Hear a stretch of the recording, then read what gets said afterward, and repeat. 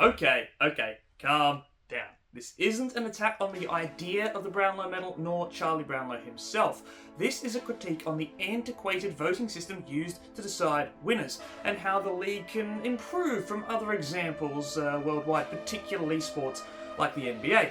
Besides, it's not like the AFL haven't tried to pinch things from America before. No, not that.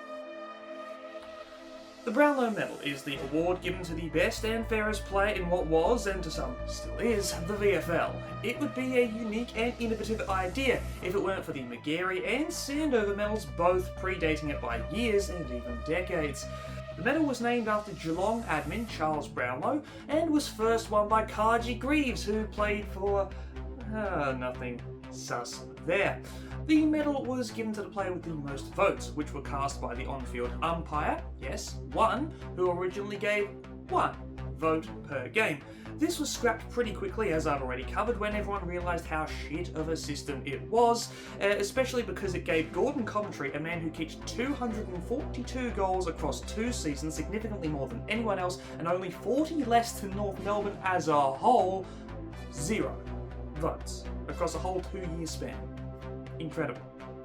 So thanks to our buddy Stan, the 3-2-1 system was adopted in 1931. This has largely remained unchanged, except for one weird move in the 1970s where field umpires gave a vote each. There were 2 field umpires at the time. That was weird, didn't last long.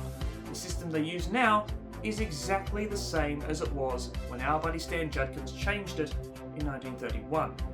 It's stupid and bad, and here's why. Umpires are a critical part of sport. There can be no argument. Without an official, there's no show. And that's great when they stick to umpiring, but when they have to split attention with another role, that's when they start to get spread too thin.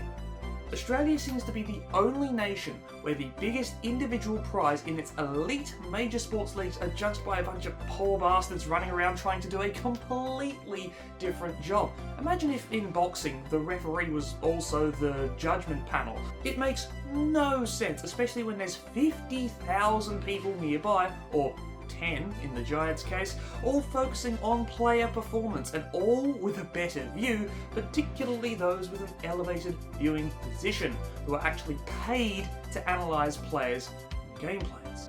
Even the players seem to have a better idea at ground level, as shown by Wayne Carey, Gary Ablett Sr., Andrew McLeod and Nat Five winning the AFLPA award in years that they should have won a Brownlow.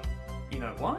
Because players are focusing on how their teammates and opposition play, so that they can adjust their own game. They're not focusing on, for sake of example, whether Jack Anthony was being held by Ben Rutten. You cost us a prelim final, Ben! Much as the original system was flawed in not recognising enough good performances on a given day, so too is the current system. The game has far surpassed the point where 3 players' impacts can be seen as the most important. The Sandover Medal in WA actually experimented with a 5-4-3-2-1 system for over 30 years, but has since returned to the traditional 3-2-1 for reasons that escape me at the present time. Individual clubs used to employ this system for their best and fairests before realising that yes, there were 22 men, now 23 playing, not 3. Most clubs employ a system that ranks the impacts of each player per match on a detailed scale that is defined. This is done by club staff and coaches whose literal job it is to analyse player performance. This allows for better recognition of consistent good performances, as opposed to having to be exceptional on any given day. You see, unlike our contemporaries in the US and the UK, in Australia our MVPs are decided by a round-by-round basis. This means that you could feasibly play 11 good games, fantastic games, better than anyone else in the league, and then actively cost your team victory in each of the remaining 12 and walk away with Charlie around your neck. Conversely, you could break season-long records, but as long as 3 of the other 46 players on the ground outrank you, you're not getting anything. Oh, and I nearly forgot my biggest pet peeve with the 3-2-1 system, which is that teammates constantly steal votes off of each other. This was picked up way back in like the 1940s. So this issue's been around forever, and no one's made any attempt to fix it. No wonder some of these players ended up winning Brownlow medals over better players who had better teammates. And that's assuming that anyone actually stands up on a given day. The current system can theoretically give the same rank of performance to, say, Scott Thompson's 51 disposal masterclass and a comparatively average performance such as this. And that's if the umpires even give the 3 votes to the right person. Yes, a new system with a new scale would be subjective, but so is the old one. If anything, ratings per game could actually become objective in a way, as there are always 46 players in each game to scale individual performances. I'd say we could turn the Brownlow into an award open to all players, but there already is one. The Brownlow is a midfielder's award. This isn't just a recent thing. Even back in the 1930s, when defenders were able to win this thing somewhat regularly, there was a push for a new medal to be given to a utility player, such as a forward or a back, because midfielders were dominating the count so much in other years. But we kind of already have that. As mentioned earlier, the Lee Matthews Trophy is essentially an AFLPA voted MVP prize. Each player gets a 3-2-1 style vote at the end of the season to cast for a selection of players not at their club. And look at the winners. Multiple ruckmen here and forwards have won over the last 30 years. Sadly, it too has been co-opted by the mids, but guys like Gawn and Franklin came a hell of a lot closer to winning this than that teeny little medal.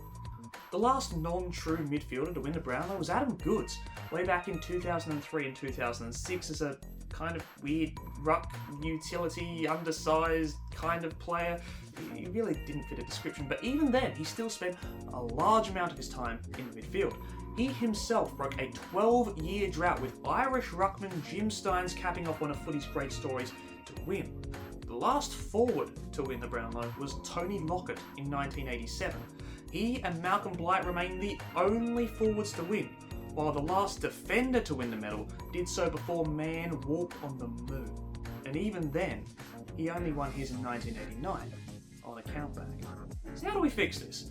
Well, my solution is a little bit radical. I personally think that the game-by-game model is somewhat antiquated and a bit arbitrary, so I'm adopting a system similar to the Lee Matthews Trophy. Each player gets a 5-4-3-2-1 ballot and is free to vote for any player at other clubs. Then each coach gets given the same opportunity, along with 3 randomly selected assistant coaches or analytical staff from each club. Then, a panel of 50 media personalities, which change year to year, gets the same ballot. The umpires will be invited to submit votes in their traditional manner, round by round, in a 3-2-1 format. Finally, a fan vote is opened online, where fans can submit a 3-2-1 of their best players. Suspended players are, of course, ineligible to maintain the tradition of the best and fairest award. The reduced importance of round-by-round voting allows players who've missed 1 or 2 games due to factors outside of their own control to be given a chance. Coughs and then mutters Nick Dacos' name. Oh, I wasn't supposed to. The votes are tallied and weighted in percentages of 25, 25, 25, 15 and 10 respectively. Hope I got that green screening right, or else I'll look like a right idiot. This means that the MVP of the league has been deemed so by their peers, coaches, umpires, fans, and the media combined, as the weighting of votes prevents a single group from deciding an outright winner and overpowering the vote. Sub-prizes will be introduced for winning each individual group's voting, which may envelop the Lee Matthews Trophy, but not necessarily the AFLCA award, which operates on round-by-round voting. It would solely be decided by head coaches, whereas my arrangement includes analytical staff and assistant coaches. Each of these sub-prizes can also be named after past players and figures. How does the Jack Worrell Medal sound for the Coach's Prize, or the Hayden Bunton Medal for the umpire-voted MVP?